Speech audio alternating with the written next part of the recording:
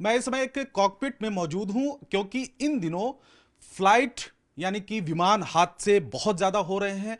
तकनीकी खराबी के भी मामले सामने आ रहे हैं और हाल में लंदन से बेंगलोर के लिए उड़ान जो एयर इंडिया ड्रीम लाइनर 787 उसने उड़ान भरी थी जिसमें 230 से ज्यादा मुसाफिर थे और पायलट ने पहले ही आगाह किया था कि उसमें कुछ एक खराबी है।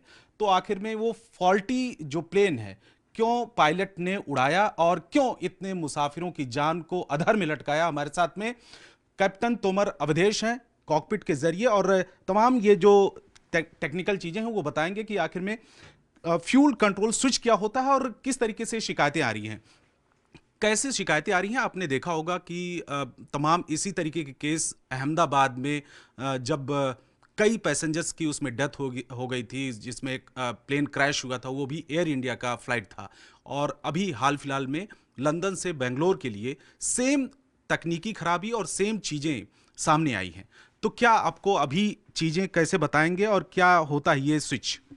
ओके सो मैं आपको बेसिक डिटेल बताता हूँ। पीडीआर मैंने पढ़ा है, जो पायलट ने पीडीआर किया था post landing.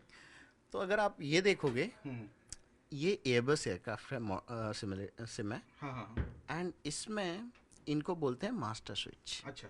Similar kind off switch हमारे 787 में होते हैं। हाँ हाँ। उनको बोलते हैं फ्यूल कंट्रोल स्विचेस। ओके। इसकी दो पोजीशन है। इसमें देखोगे तो इसमें दो पोजीशन है, ऑन एंड ऑफ। वहाँ पे पोजीशन 787 में होती है run, on is run end of is cut off. मतलब सेम, मतलब ऑन का मतलब रन और ये cut off. Correct. Okay. So basically इसका मतलब ये है कि रन पोजीशन पे फ्यूल सप्लाई हो रहा है इंजन्स को, okay. And cut off position पे फ्यूल शट्स ऑफ। अच्छा। ठीक है।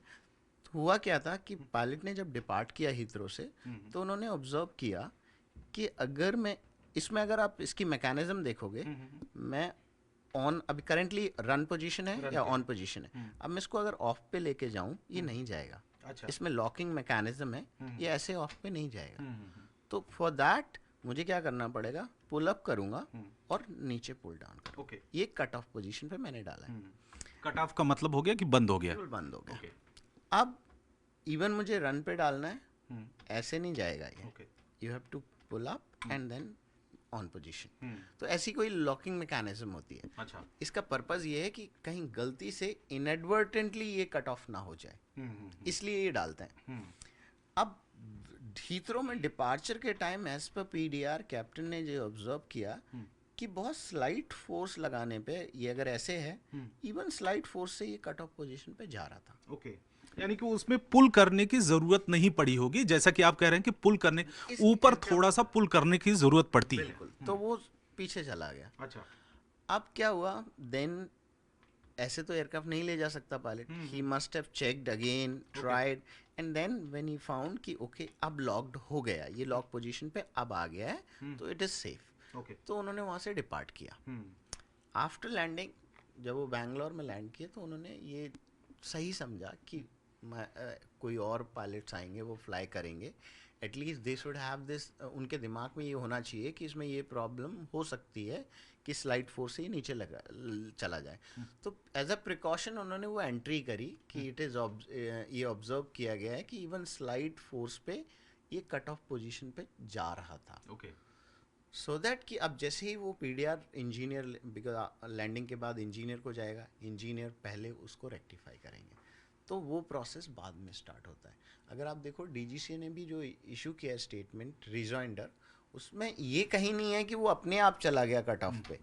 वो क्या बोल रहे हैं कि बहुत स्लाइट फोर्स अगर रॉन्ग, जैसे अभी क्या है, अगर स्ट्रेट फोर्स लगा रहा हूँ, ये मान लो एज पर मैनुअल कि ये ऐसे फोर्स अप्लाई होना चाहिए। तो मतलब कहने का मतलब ये है कि करीब 9 साढ़े 9 घंटे की जो फ्लाइट थी, जर्नी थी, उस दौरान अगर पायलट का हाथ किसी तरीके से अनजाने में गलती से यहाँ पर अगर पुश हो गया होता तो वो ऑफ वाली पोजीशन में चला जा सकता था। ये एक एक था इसमें।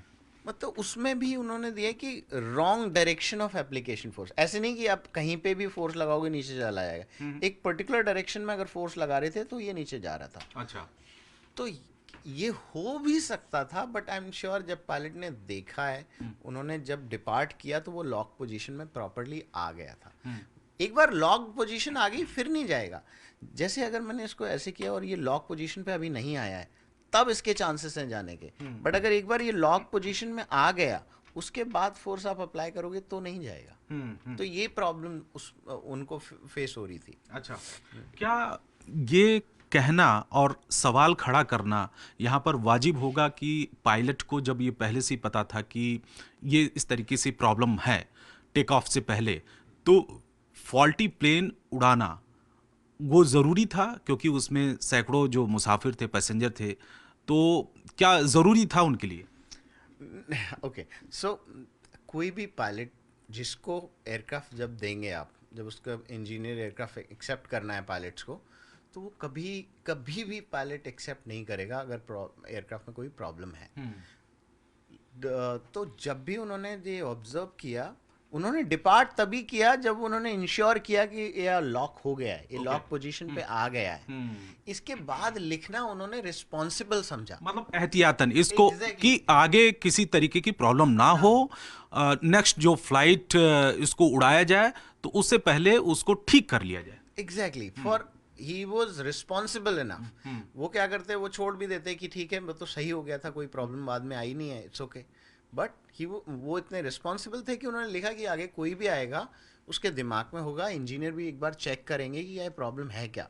और वो एग्जैक्टली वही हुआ। बाद में इंजीनियर्स ने चेक किया और अभी भी बोइंग से भी कोऑर्डिनेट कर रहे हैं वो लोग कि क्या इसका रेक्टिफिकेशन है। अच्छा, इसी तरीके की प्रॉब्लम और जो शिकायत आई थी अहमदाबाद, जो प्लेन क्रैश हुआ था जिसमें बड़ी संख्या में जो मुसाफिरों की डेथ हुई थी, और यही जो फ्यूल कंट्रोल स्विच होता है, इसी तरीके की शिकायत थी। क्या क्या प्रॉब्लम होता है आखिर में? लगातार इस तरीके की शिकायतें क्यों आ रही है? क्या इसकी वजह हो सकती है? अब उसमें भी, हाँ, ये प्रॉब्लम उसमें भी आया था और कई लोग इन्वेस्टिगेशन भी चल रही है कि क्या लॉकिंग मैकेनिज्म फॉल्टी है स्विच का, कि क्या ऐसा हो सकता है कि ये अपने आप रन से कट ऑफ पे चला जाए। बट जो the case which is this currently Heathrow to Bangalore, इसमें ये अपने आप नहीं हुआ है। किसी भी पॉइंट इन टाइम किसी ने ये ऑब्जर्व नहीं किया कि ये अपने आप ऑटोमेटिकली चला गया हो। ये ऑब्जर्व किया है कि स्लाइड फोर्स पे ये कट ऑफ पे चला गया था, कि जो कि नहीं होना चाहिए। तो किसी भी विमान के लिए ये फ्यूल कंट्रोल स्विच कितना ज़्यादा इम्पोर्टेंट होता है? सैकड़ों की तादाद में जो मुसाफिर उसमें बैठे रहते हैं, पूरा का पूरा जो क्रू मेंबर्स होते हैं, पायलट होते हैं, कैप्टन होते हैं, कितना ज़्यादा इम्पोर्टेंट होता है फ्लाइट में fuel control switch? So basically आपके इंजन्स ही हैं ये। अगर आप फ्यूल सप्लाई बंद कर दोगे इंजन्स को तो इंजन ही बंद हो जाएंगे। सो बहुत ही इम्पोर्टेंट है ये तो। अब एयरबस में देखोगे इसको मास्टर स्विच बोलते हैं, तो आपको नाम ही बहुत सिग्निफाई करता है इम्पोर्टेंस ऑफ द स्विच।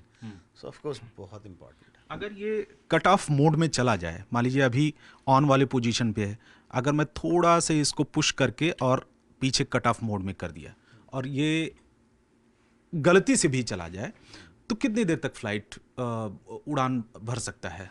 अब अगर एक इंजन गया है तो दूसरे इंजन पे तो आप कंटिन्यूस सिंगल इंजन पे एयरक्राफ्ट ऑपरेट कर सकता है। हाँ। तो अगर एक इंजन बंद हुआ है तो आप कंटिन्यू कर सकते हो। अच्छा।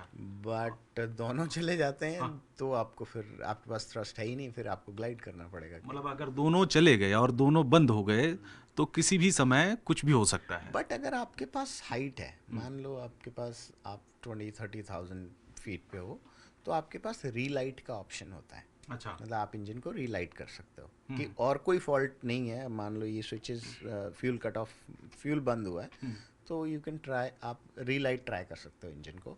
और नॉर्मली अगर हाइट आपके पास है तो रीलाइट पॉसिबल है। अच्छा। अगर आपने ये देखा होगा अहमदाबाद में, उसमें टाइम ही नहीं था, वो हाइट ही इतनी नहीं थी। उन्होंने अटेम्प्ट किया, आपने रिपोर्ट देखा होगा, उसमें क्या था कि कट ऑफ पे गया, then back to on, but time नहीं था कि इंजन स्पूल अप हो पाता और दोबारा रीस्टार्ट हो पाता। अच्छा, क्योंकि हाल फिलहाल में वही अहमदाबाद वाला इंसिडेंट सामने आया था और वो भी एयर इंडिया का ही था, और ये भी एयर इंडिया वाला मामला है। तो जो पायलट हैं अभी लंदन से जो बेंगलोर के लिए उड़ान भरा था, तो उनके दिमाग में क्या चल रहा होगा करीब 9 घंटे के उसमें फ्लाइट के दौरान? क्योंकि उनके दिमाग में ये रहा होगा कि भाई इस तरीके की प्रॉब्लम तो उस समय पहले भी आ चुकी है। हाँ, तो क्रू जब उन्होंने ऑब्जर्व किया, उन्होंने उसको इंश्योर किया कि अभी ये रेक्टिफाइड है, फिर भी इन एयर दे वो बहुत आई एम श्योर बहुत विजिलेंट होंगे cross check everything is all right. Otherwise कोई भी पायलट है वो निकलने के पहले, डिपार्ट के पहले ही वो इंश्योर करेगा कि कोई ऐसी प्रॉब्लम ना हो। स्टिल वो रेक्टिफाई करने के बाद भी क्रू विल आपस में बात करेगा एंड दे मेक श्योर कि वो उसका ध्यान रखें, कीप अ क्लोज वॉच। शुक्रिया हमसे बात करने के लिए। तो फिलहाल ये जो दोनों स्विच है देखने में तो बहुत छोटी सी लग रही है, लेकिन किसी भी विमान के लिए जब उड़ान भरा जाता है तो उसमें 200 से ज़्यादा जब मुसाफिर होते हैं पूरी के पूरी, क्योंकि लंदन से जब बेंगलोर के लिए उड़ान भरी 787 ड्रीम लाइनर एयर इंडिया का, उस दौरान ये सवाल खड़ा हो रहा है कि आखिर में जब पायलट को पहले से ही पता चल गया था कि इस तरीके से तकनीकी खराबी है और तो फॉल्टी प्लेन को उड़ाने की क्या ज़रूरत थी। हालांकि अभी भी जांच चल रही है, बहुत सारे लेवल पर जांच चल रही है कि जिससे कि भविष्य में इस तरीके की कोई भी घटना सामने ना आए।